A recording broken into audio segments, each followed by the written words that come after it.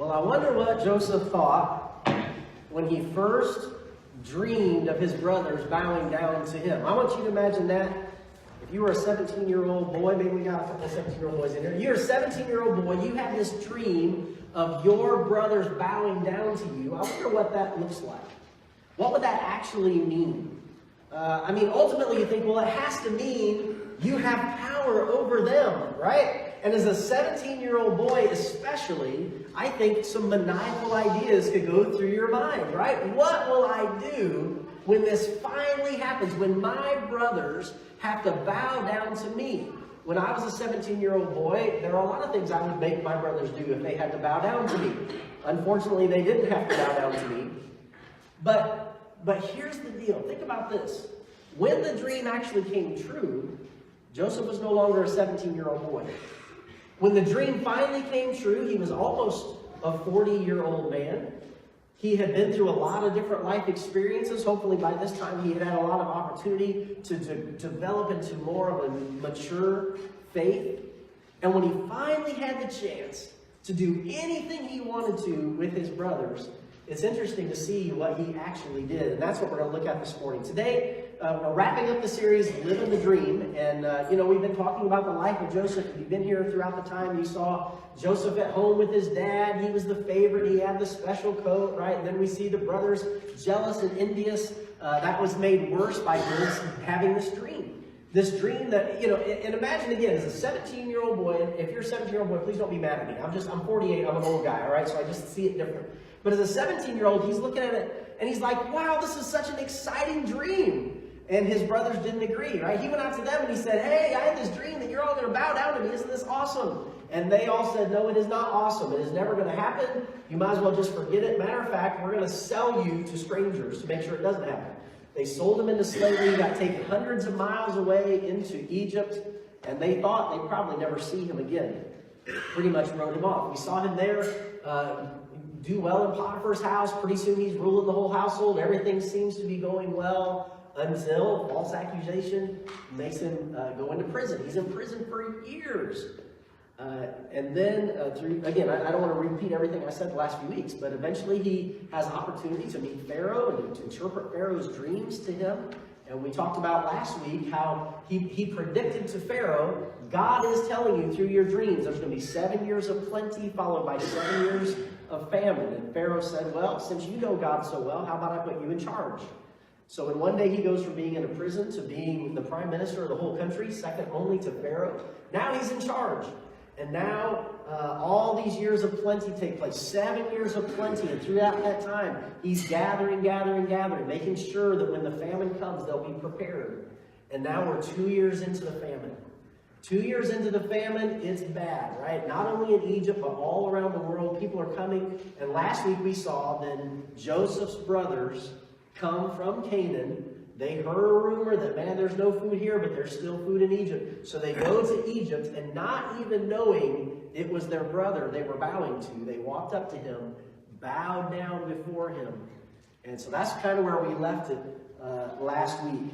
Now, there's quite a bit more to this story, but this is our last week, all right? So today, don't worry, we're going to cover 9 chapters today. I should get you out of here by about 3 o'clock. So is everybody good with that? We'll order pizza at 12:30 and just keep trucking. No, I'm just kidding, of course. But I will say this. Obviously, we're not going to cover everything but if you haven't read the story of Joseph for a while, or maybe you've never really read through the whole thing, may I encourage you, may I challenge you, go home this week, read through the last 9 chapters of Genesis. Because you're going to catch a lot of nuances, you're going to catch a lot of details, you're going to see a lot of things that happened in his life that were kind of cool that we just don't have time to cover this morning. But here's the one thing we're going to focus on this morning. The one thing we're going to focus on this morning is, how did Joseph react when his dream came true and his brothers came and bowed down before him? How did he respond to that? How did he react to that? What did he do in that moment? He finally was shown to be right about all his dreams. He finally had all the power that God had promised him years ago that he would have. His brothers really were at his mercy. He could have done anything he wanted now. What would you do? Now again, our problem is sometimes we look at a Bible story, and to us it's a Bible story. We remember our own Bible story books, and you're flipping through and you read, or maybe, how many of you guys remember when you were kids and you come to Sunday school and the little flannel graph figures? Anybody remember flannel graph figures? The little flannel graph figures on the board, right?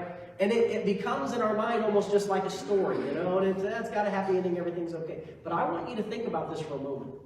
What would you do? You're Joseph. And here's what you remember about the brothers. The last time you saw your brothers, you were begging them, guys, don't do this. You're begging, you're pleading, you're crying. They're dragging you out of a pit. They're selling you to strangers. They're putting fetters around your arms and maybe even legs. They're dragging you hundreds of miles. What would you do? That's the last time you saw them. That's what they were doing to you. And now the next time you see them, now granted, it's about 22 years later, but the last time you saw them, that's what happened. The next time you see them, they come in, they have no idea who you are. They bow down before you, they need your help. They need your mercy, they don't even know it. They know they need your food. What would you do? Because there's a part of us that would say, you know what? How about we give them a little bit of what they gave me? How about that? I mean, they made me go into slavery. Eventually, I had to go to prison for something I didn't do. How about I throw them in prison for a couple decades? That'd be fair, right? That'd be even. That'd be justice. Why don't I do to them what they did to me? Well, he didn't do that. What if I just shut them out? How about that?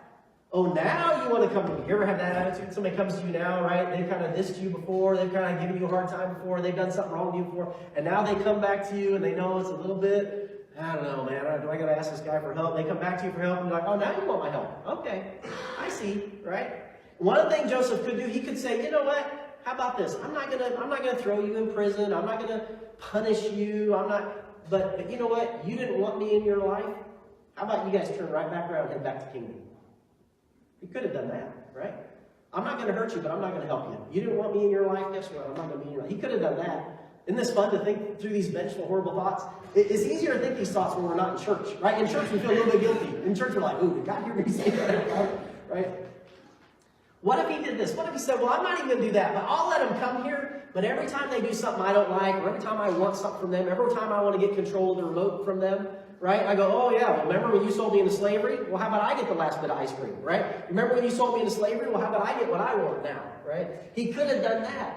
What did Joseph do when he had the power? What did he do when he had the opportunity to react to them any way that he could? Well, let me tell you this. Joseph actually had 4 opportunities, 4 different times that his brothers bowed down to him. Now, maybe there were more times than that, but in the scriptures and what we have in the Word of God, we see 4 different times that they came and bowed down to Joseph. So here's what we're going to do this morning. It's a little bit different of a message. We're going to look at the 4 times that they came and bowed down to Joseph and how he reacted in each of those times. All right? That's what we're going to do. So the first time they bowed down to him, Joseph responded with 2 things: food and manipulation. All right? So if you have your little notes there, you can fill those blanks in. Food and manipulation. Let's go ahead and read starting in Genesis 42. I haven't given you a chance to get there yet. It's Genesis 42. We're going to start reading in verse 7. Right as this first time that they're bowing down to him. Genesis 42, verse 7, it says this: Joseph saw his brothers and recognized them, but he treated them like strangers, and he spoke roughly to them. Where do you come from? He said. They said, from the land of Canaan to buy food. And Joseph recognized his brothers, but they did not recognize him. And Joseph remembered the dreams he had dreamed of them, and he said to them, you are spies. You have come to see the nakedness of the land. And they said to him, no, my lord, your servants have come to buy food. We are all sons of one man. We are honest men. That's hard to take, isn't it? Yeah, you're honest men, huh? Okay. Your servants have never been spies. Verse 12, he said to them, no, it is the nakedness of the land that you have come to see. And they said, we, your servants, are 12 brothers, the sons of one man in the land of Canaan. And behold, the youngest is this day with our father. Right? We still got one at home. He's the youngest guy. And catch this next phrase. And one is no more. Talking about him, right? He's here. Imagine, the irony of this situation. Verse 14, but Joseph said to them, it is as I said to you, you are spies, and by this you shall be tested. By the life of Pharaoh, you shall not go from this place unless your youngest brother comes here. Send one of you, and let him bring your brother while you remain confined, that your words may be tested, whether there is truth in you, or else by the life of Pharaoh, surely you are spies. And he put them all together in custody for 3 days. But on the third day, Joseph said to them, do this and you will live. For I fear God. I like how he kind of sneaks in, it's kind of speaking about God here in the situation. Verse 19, if you are honest men, let one of your brothers remain confined where you are in custody. Just one of you will have to stay. And let the rest go and carry grain for the famine to your households. And bring your youngest brother to me. So your words will be verified, and you shall not die. And they did so. Then they said to one another, in truth, we are guilty concerning our brother, and that we saw the distress of his soul when he begged us and we didn't listen. That is why this distress has come upon us. And Reuben answered them, did I not tell you not to sin against the boy? But you did not listen. So now there comes a reckoning for his blood. Now they did not know that Joseph understood them, for there was an interpreter between them, right? He's pretending to be an Egyptian national. In verse 24, it says, then he turned away from them and he wept. And he returned to them and spoke to them. And he took Simeon from them and they bound him, right? Tied him up before their eyes. And Joseph gave orders to fill their bags with grain and to replace every man's money in his sack and to give them provisions for the journey. And this was done for them. So Joseph gave them what they came for. He gave them food, right? Their families are home, just running out of food, starving. So he gives them the food that they needed. And notice it wasn't just he sold them food. He gave them food because he put the money back in their bags. They didn't have to pay for it. They go home with free food for their family. So he hooked them up and helped them out. But he also gave them manipulation. And usually we use this term negatively, right? You're just trying to manipulate the situation. Oh, you're just trying to manipulate me. I feel so manipulated. I don't necessarily mean it negatively here, but he was manipulating, right? I mean, he's moving the pieces around. He's figuring out how to make sure what he wants to happen is going to happen. Because think about this. I think it was done compassionately. He didn't want it to be that they go back home and he just never sees them again. He wanted to make sure that he had a way to stay connected with these guys. He had an opportunity of being reconnected with them. So he comes up with this ruse about, asking about their families, talking about, oh, you have a younger brother, which this is the younger brother back home was his only full brother. That's his little baby brother back home.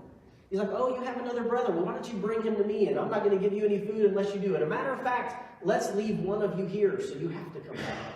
So he was manipulating the situation. Now, we might wonder why Joseph didn't just reveal himself on the spot, right? Isn't there a part of you that says, well, when they came, why didn't he just go, hey, I'm Joseph? And most commentators agree that it had something to do with Joseph testing them, and I tend to agree with that. I think Joseph was testing them a little bit. I think Joseph was trying to say, are these the same guys that sold me 2 decades ago? Have they grown at all? Have they changed at all? And I do think that by him pretending to be a stranger, he learns a little bit more about them, doesn't he? Because the conversation that they had in front of him, they wouldn't have had in front of him if they knew who he was. He wouldn't have learned that Reuben was the one brother who had said, don't sell it, right? So at least he knows, all right, Reuben's a good guy to me, right? He was the one that tried to save me and they didn't go for it. He also learns that they've got a guilty conscience. Because imagine, have you ever done something so bad that just throughout your life, anytime something bad happens, you go, I bet this is because I did that. I don't know if anybody thinks that way. I've known people like that. Something bad happens, they go, oh, I bet this is because I did this thing. This was their thing. This was the thing that held on to them. This was the thing that when something bad happened, their mind immediately went to it, and they said, man, I bet God is judging us for what we did. So Joseph learned by keeping secret who he was, he learned that they had guilty conscience about what they had done. That they acknowledged what they had done and that it was wrong. It was wrong before the Lord, and that they would be guilty before God for what they did. So I think he had some reasons for keeping it secret. But still, Joseph was rough on them, but I don't think he was being rough on them maliciously. You know what I mean? I don't think he was trying to get them. I think it was out of a desire not for revenge or punishment. He was using this as an opportunity to be reunited with his family. So after, what happens next? Again, some of this I'm just going to skim over. You guys can read it on your own or read it at home, whatever. But after this, what happened was they went back to Canaan, right? They go back home. On the way back home, they open up their bags and they find in their bags the money. And this actually, if you found extra money in your bags, what would you do? You'd be happy probably, right? Hey, more money in the bag. This made them nervous because they're going, oh, great. Man, we had this rough run-in with that Egyptian leader. And now we didn't even pay for our food. I mean, now when we go back to him, he's going to, he figures out we didn't pay for our food. Now we know that he had stuck it in there, right? But they didn't know. They thought, oh, great, here's another hitch. They get all the way back home. They get back to their dad, Jacob, and they tell him this whole crazy story. Dad, you're not going to believe what's happened. We went in there to buy food just like you told us to do, and this is what happened. He accused us of being spies. He said, you cannot come back unless you bring your youngest brother Benjamin with you. And Dad says, no way. I am not sending Benjamin back. Now again, if you are parents, the Bible does not say it's okay to show favoritism. Sometimes we look at something in the Bible, we go, well, he did it. But sometimes in the Bible, when you say he did it, notice what it caused. Jacob's favoritism toward Joseph caused that family a whole bunch of problems. And his favoritism toward Benjamin, it caused problems too. But think about this. He said, look, I already gave up my favorite son. I'm not giving up my other favorite son. So meanwhile, think about if Simeon was FaceTiming him from prison, right? Simeon's like, wait a minute, I'm still here, right? You guys got to come back and get me out of here. Meanwhile, they're back at home. Jacob's going, I am not sending Benjamin.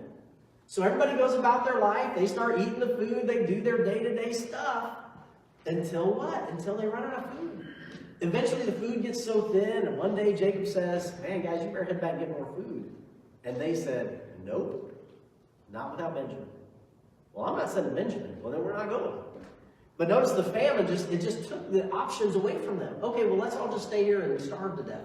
Well, that's not a good opportunity, So he goes, fine, I'll, take Benjamin.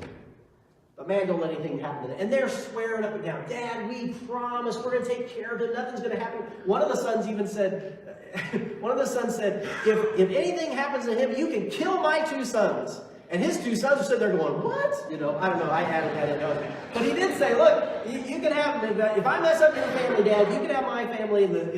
So I don't know how Mom felt about that. I don't know what was going on there. But they're just saying, Dad, it's going to be fine. Just trust Benjamin to us. We're going to take care of him. It's going to be okay. So they load up. They head back. Jacob did say, he said, listen, take extra gifts, right? This guy obviously has a problem with you guys. Take the best from Canaan. Take the best stuff we have. Load up extra things. That way you have a present. And when you get there, you can say, oh, here you go. Here's a special present. Maybe he'll treat you better. So they arrive with this. And so if we jump over to chapter 43, verse 26, it says, when Joseph came home, so Joseph arrives back at his home, they brought into the house to him the present that they had with them. And they bowed down to him to the ground. So this is the second time we see them bowing down before him. So here, what happened the second time? The second time they bowed down to him, Joseph responded again with 2 things. A banquet and an accusation. Let's look at those 2 things. Reading in chapter 43, we're going to start in verse 33. So Genesis 43:33.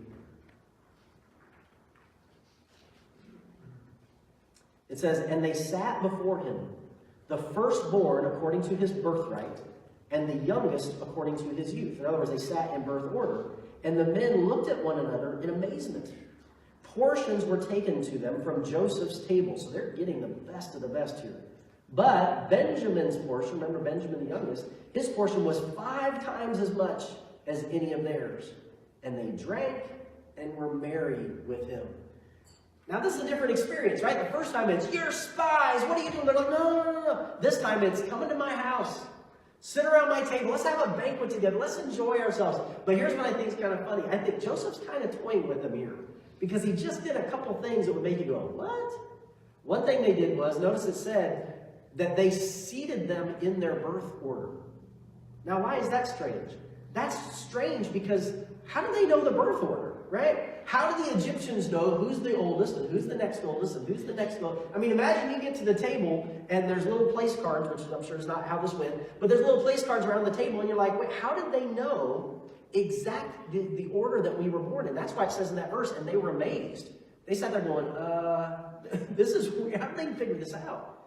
But then the other way he kind of toyed with him a little bit, I think, was who got the most food?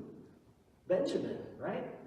Why did he get 5 times more food? And I'm sure the brothers are probably thinking, they're probably going, great, he's dad's favorite, now he's this Egyptian's favorite too, right? Isn't that just the way it is? Some of you just live charmed lives. Everywhere you go, you're the favorite, you're the favorite. Can you tell I've never been the favorite? I'm not the favorite, but this is how it goes. So they have this banquet, they're having a good time, they're enjoying each other's company. And then after dinner, Joseph ordered his servant to fill up their bags with as much, he says, as much food as they can carry. So he's going to give them food again to take back home to their families. And again, he puts their money back in the bags. Let's give them all the money back. Because they had brought back the money that they were supposed to pay the first time, and they brought back more money for the second time. He said, we're going to put all that money back in their bags, as much as they could carry. But this time, he also took a special silver cup. And he said, I want you to take this cup from my house, right? It's probably in his living room. They took that cup from Joseph's house. He said, I want you to put this silver cup into the bag of the youngest son. I want you to stick it in his bag with his food, with his money. So the brothers are like, oh man, that went so much better than the first time, right? I mean, it was actually okay now. This is so much better. Crisis averted. Everything's going to be better from here on out. They load up. They start heading home. They don't get very far. They're not long after they headed back to Canaan, Joseph's men catch up to them. Joseph's men catch up to them and accuse them. One of you stole our master's silver cup.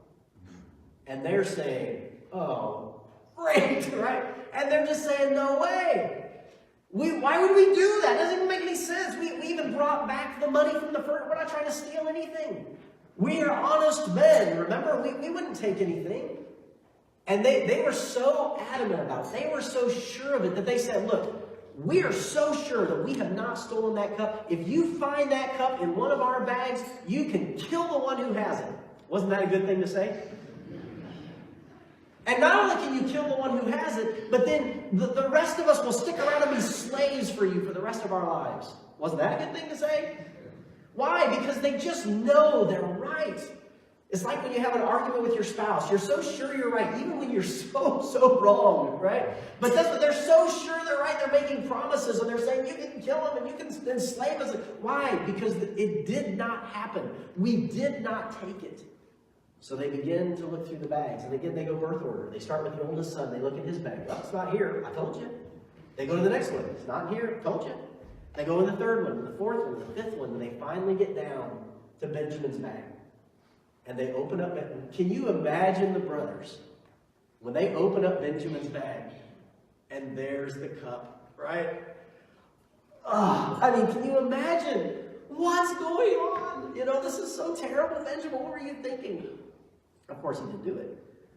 So why did Joseph set up this false accusation? Why? Again, you look at it and go, well, is this just to mess with them?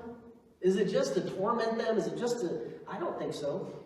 Again, I think it was because Joseph is saying, look, I never know if these guys are coming back or not. I mean, I know they need food. I know, man, I've got to keep them tethered. And I'll tell you when the Bible says something and when I'm speculating a little. I'm speculating a little because the Bible doesn't tell us, it doesn't say here's what Joseph was thinking. So I'm guessing a little bit. I think Joseph is keeping them tethered. I think Joseph is saying, I can't just let them go. I've got to do something to keep them close. I got to do something to keep them coming back. Well, this definitely meant they were coming back. Joseph staying connected with his family. But here's the second thing I think. I think he's testing them a little bit. I think he's saying, you know, the last time the dad had a favorite, you guys were pretty rough, right? Sold him into slavery. I wonder what happens if dad's favorite gets in trouble again. What happens if dad's favorite gets caught with that silver cup? Are these guys going to cut and bail? I mean, these guys going to say, well, sorry, man. I don't know what they can do because they already promised to be slaves the rest of their lives, so I guess they were on the hook a little bit there. But what would they do if dad's favorite was in trouble again? So this leads us to the third time they bow before Joseph. We want to go to chapter 44. We're picking up the story in verse 14. In 44:14 it says this. When Judah and his brothers came to Joseph's house, he was still there, and they fell before him to the ground. There it is again. Joseph said to them, what deed is this that you have done? Do you not know that a man like me can indeed practice divination? And I think this is a humorous point, because I think Joseph is saying, again, we know Joseph put the cup in there, right? But he's going, don't you realize how wise I am? Don't you realize I have powers? And I have magical abilities to see things and know things that, maybe I thought it was funny when you guys thought, but I think he's like, don't you know I just know things? Yeah, you know it because you did it. All right, moving on. Where was it? In verse 16 it says, and Judah said, what shall we say to my Lord? What shall we speak? How can we clear ourselves? God has found out the guilt of your servants. Behold, we are my Lord's servants, right? We'll be your servants. Both we and also, he also in whose hand the cup has been found. So the third time they bow down to him, how is Joseph going to respond? The third time they bow down, Joseph responds with a test and then a revelation. What is the test? The test is what I think we just read. He says, let's read the next verse. Verse 17. But he said, Joseph said, far be it from me that I should do so. Only the man in whose hand the cup was found shall be my servant. But as for you, as for you, go up in peace to your father. Yeah, that's going to happen, right? It ain't going to be peaceful if we go back to Dad. But I think that's the test. Again, may I remind what I just said a few moments ago. Look, how they treat Dad's favorite last time. How are they going to treat him this time? Hey, look, the only one in trouble is Dad's favorite. Dad's special, spoiled little brat. That's the one in trouble. You guys aren't in trouble. I'm not holding you guys accountable. I'm not making you guys stick around. You guys can go. You guys can take off. All I'm asking is that this guy stick around. Because he's the guilty party. He's the one who had the cup. He's the one. He must stay. And I think that was the test. Are these guys the same guys? Will they be able to go? Again, remember last time. Last time it was, again, 20 years ago, but last time they sell their brother into slavery and they go back to their dad like, I don't know what happened, Dad. I don't know. They walked into Dad. They even took Joseph's robe. Remember that? Again, I know it was a few weeks ago, but they took Joseph's robe. They put some animal blood on it. They had the nerve to walk into their dad and say, Dad, look at this robe. Doesn't this look like Joseph's? And Jacob takes that robe and says, oh my goodness, my son must have been devoured by an animal, he said.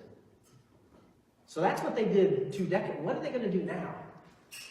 Dad's favorite's in trouble. That's okay. Go in peace to your father. Are they going to cut and run? Or are they going to say, oh, yeah, we got rid of Benjamin too. Time to go back, Dad. Dad, sorry, couldn't be helped. You wouldn't let him go. I think there was a little bit of a test here. But I think it's fair to say that Judah passed the test. Because he begins to plead with Joseph. He begins to beg Joseph. And I'm not going to read his whole speech here, but let's just jump to the end of it. In Genesis 44, starting in verse 30, this is kind of his conclusion.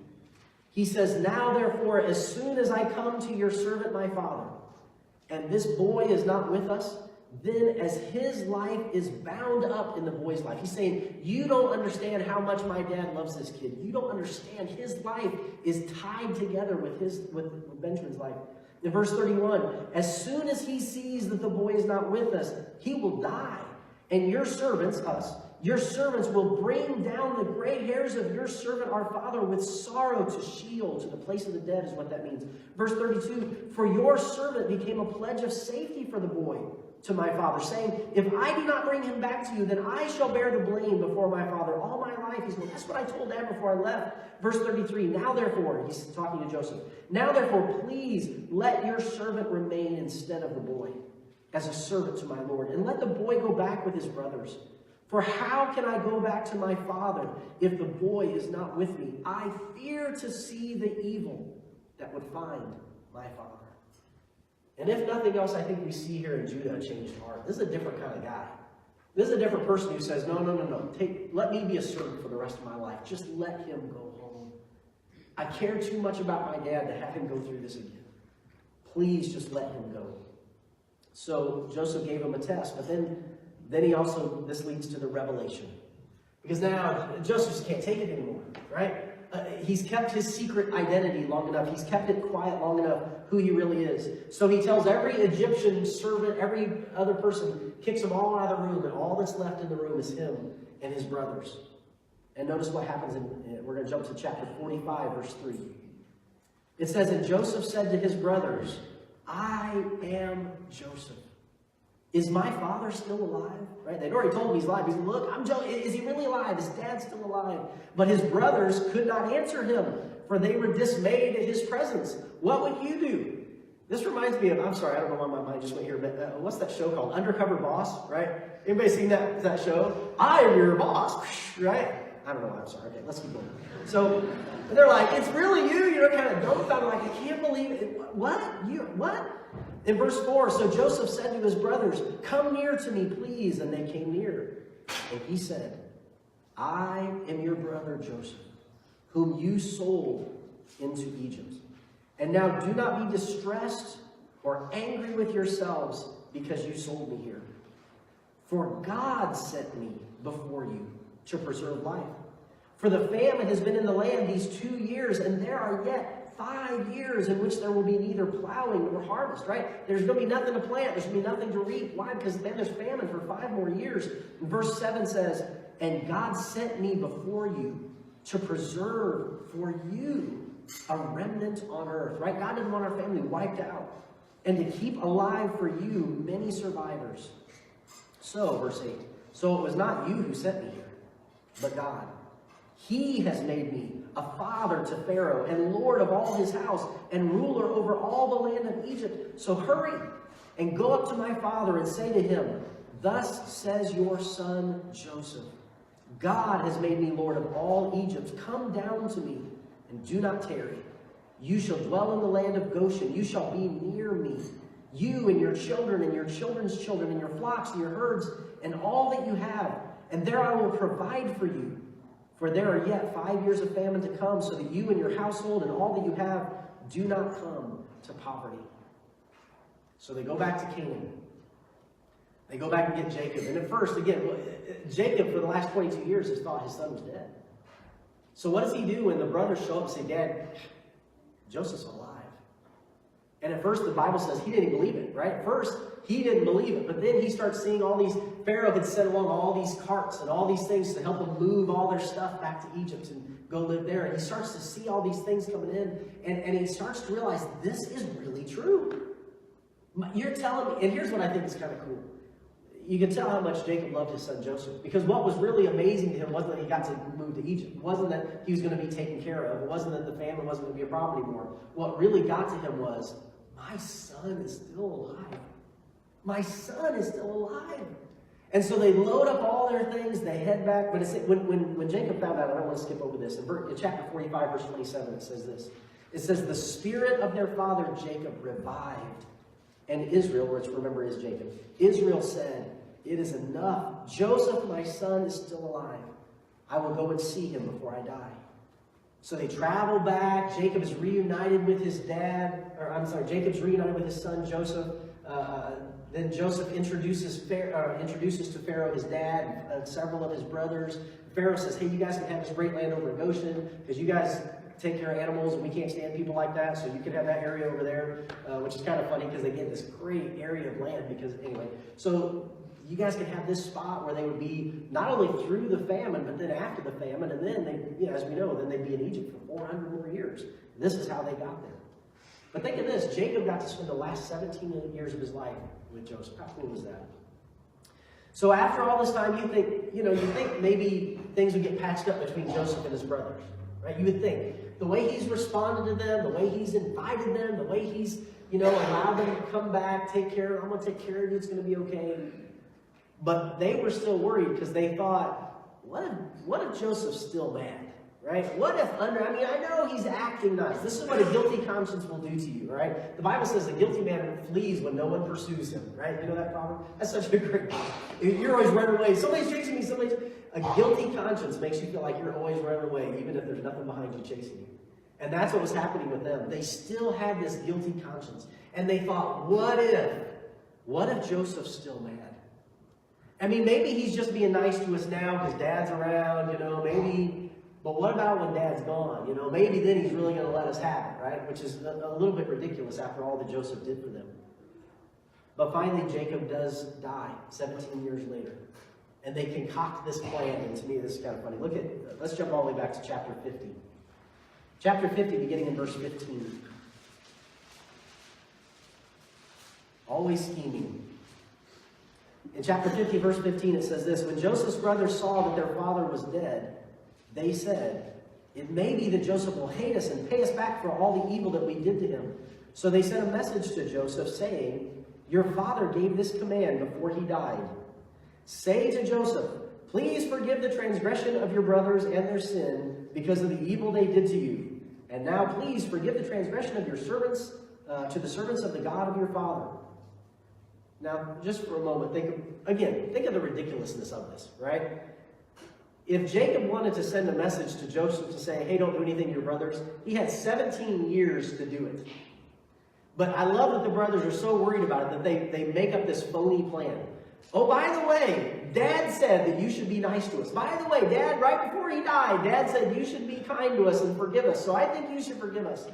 Notice Joseph's response, because I think it shows us his heart. At the end of that verse 17, it says, Joseph wept when they spoke to him. Joseph, why would he weep? I think he's just brokenhearted that his brothers, after all this time, don't realize, man, I love you guys. I love you guys.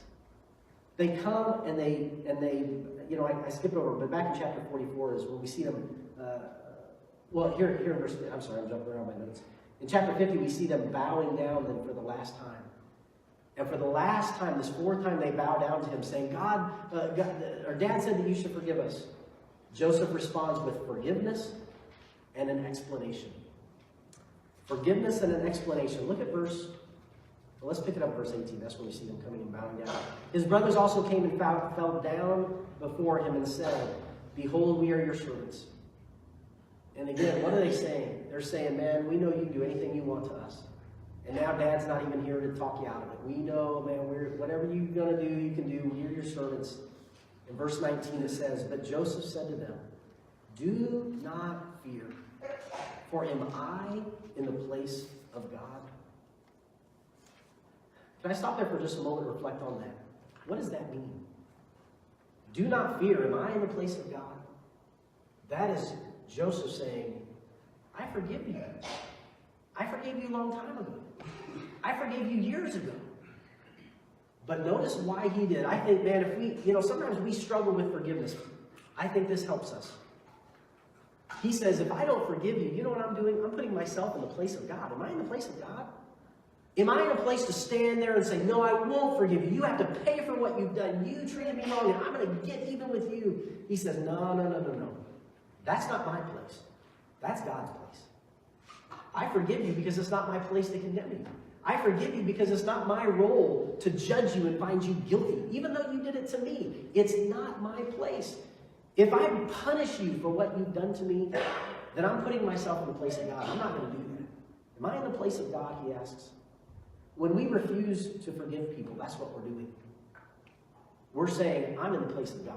God may forgive you, but I won't. You ever heard something like that? I can't ever forgive you. Well, am I in the place of God to put myself in? I know forgiveness is wrong. I know when somebody damages you, when somebody hurts you, when somebody does something to you that is just unforgivable. Because here's the deal. When we forgive, sometimes we feel like if I forgive you, what I'm saying is what you did wasn't that big of a deal. That is not what forgiveness is. Forgiveness is saying, it's a big deal, but I'm forgiving you anyway. Forgiveness isn't saying, well, I guess what you did didn't hurt me that bad. That's not what it is. Forgiveness is saying, yeah, you hurt me and you hurt me bad, but I'm going to forgive you anyway. That's what forgiveness is. Forgiveness isn't no problem. Forgiveness isn't, well, it wasn't that big a deal. Forgiveness isn't, well, I guess you made it up to me. None of that is forgiveness. Forgiveness is, am I in the place of God? No. Then I am not going to hold your offense against you, because it's not my place to do that. Of course I forgive you. And if you want to go New Testament, because Jesus Christ forgave me. If he forgave me, how can I not forgive you? It's not my place. But then he gives them the explanation. And look at verse 20. As for you, you meant evil against me. All right? He's not softening what they did. You meant, it wasn't that you accidentally stepped on my toe. You meant evil against me. But God meant it for good, to bring it about that many people should be kept alive as they are today. So do not fear. I will provide for you and your little ones. Thus he comforted them and spoke kindly to them. So the last time they bow down, he gives them forgiveness and an explanation of the whole thing. Man, I know your conscience has been bothering you for 22 years. Because all you can think about is, oh, we did this terrible thing. Oh, we did this terrible thing. Oh, it's going to catch up with us. Oh. And he says, yeah, you did a terrible thing. But look how great God is. God is so great that he can take you doing a terrible thing and turn it out to something good. Now, please, again, I want to be theologically clear here. This doesn't justify any bad thing. You know, in the New Testament it says we don't do bad things so that good may come of it, right? This isn't justifying anything. It isn't justifying what they did. But he is saying, how great is God? That even when you tried to do this evil thing, God used it to save you. How ironic is that? When you did an evil thing, God used that evil act to put me in a position to save your bacon. Was that a bad way to say it? To save your lives, to save your families, to make sure our family wasn't wiped out. Isn't it cool that God can do that? That God can take something terrible and make something wonderful out of it. So not only do I forgive you, I'm going to provide for you, I'm going to provide for your families. So again, I know this message is a little bit different, but let me come in for a landing with this conclusion. Because again, we're just trying to cover a whole lot of story and not a whole lot of time. Joseph's dream came true over and over again, right? And every time his brothers bowed down to him, at least 4 different times, in every situation, and every time it happened, Joseph used his power and his authority over them, which he had, to bless them. And I think that is so cool. As I said at the beginning, I bet when Joseph was 17 years old, when he thought about his brothers coming and bowing to him, he says, oh, what am I going to make them do? When my brothers have to bow down to me, what am I going to make them do for me? How am I going to use that for me? But in the end, he used his power and authority over them to be a blessing to them. I think that is awesome. What a great lesson for us. You know, you probably won't have people bowing down to you. You may have people bowing down to you this week. Wouldn't that be nice? Come on, bow down. No, okay. You probably won't have people bow down to you, but here's the reality. All of us have people that we have power over. All of us have people we have authority over. All of us have people that we have influence over. Whether it's a friend, whether it's your kids, whether it's your spouse, whether it's at your job where you have some authority at work. All of us have times when we are in positions of authority. What do you do with that authority? Are you going to use, when you make it to the top, when you get to the big time, when you get to be in charge and you get to be the boss, are you going to look at that time and go, finally, I'm the boss, now I can get what I want? Or are you going to say, wow, I get to be the boss, and now I get to look out for the best interest of everybody who's under my influence and authority? That's how it ought to be.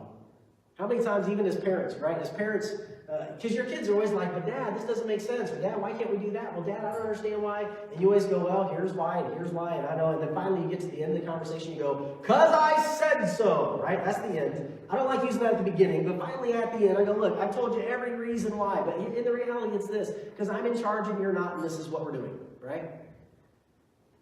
But the temptation, anytime you're in authority, is to do it for your own benefit. To be a godly person like Joseph, it is to say, now that I'm in authority, I'm going to do it for your benefit. So I tell that to my kids. Look, I know you don't understand. I know you don't agree, but this is for you. It's because I love you I'm making the decision I'm making. And I hope that's true in every situation where you're in authority. If you're a boss at work, be a boss who loves your employees. And every decision you make, you're making for their benefit. And again, I mean, we can go through different scenarios, but you catch what I'm saying. When you find yourself in a position of authority, don't use that authority to bless yourself. That's not why you've been given authority. You've been given authority to bless others. And that's exactly what Joseph did. And the second thing is the forgiveness thing. When you're in a position to forgive somebody, that's a position of power too. We don't think of it that way, but it is, right? I have the power to let you off the hook or not. I have the power to say you don't owe me anymore or not. I have the power to not bring it up again or not. When I'm in that position, am I willing to say, I am not going to be in the place of God. I forgive you. I think that's what we learn here at the end of Joseph's life. The greatest thing about Joseph's dream coming true was not what it did for him in the end. Isn't that great? I bet his whole life he thought, man, that's really going to be great because when I'm in charge, it's really going to be great for me. But in the end, it was, when his dreams came true, it was great for everybody else. And that's how it ought to be. Our attitude always should be focus on how do I get to use the position I'm in to be a blessing to other people. Amen? All right. Let's go ahead and close with a word of prayer. Father, we just want to take a minute to bow before you. And Lord, I feel like I've kind of rushed through a whole lot of story here. But God, I thank you for your word. I thank you for the story of Joseph. I thank you for this. We watched him go from being a young guy to being a grown man. And Lord, it just seems like all along the way, he responded to things well. He responded to things in faith. He handled things in a godly way. And in the end, we just see the greatest payoff in the world, that he was able then to be in a position to help so many people. Lord, I pray that you would help us to be like that. Lord, as we go through the ups and downs of life, as we go through the things that are fair and the things that aren't fair, the things that make sense to us and the things we just cannot understand at all, Lord, I pray that you would help us to continue to walk with you, help us to continue to trust you, help us continue to follow you. And Lord, based on this message today, I pray you help us to look out for the best interest of all of those around us. Not thinking about how we can please ourselves, but thinking about how we can benefit others. Lord, help us to do that. Lord, it's just so easy. God, I confess to you, it's just so easy for us to be centered on ourselves, to want what we deserve, to want our own way. God, help us not to think that way. Help us to think like Joseph. Help us to think like Jesus, who, no matter what, always looked out for the best interests of others. Help us to do that, Lord, I pray. In Jesus' name, amen.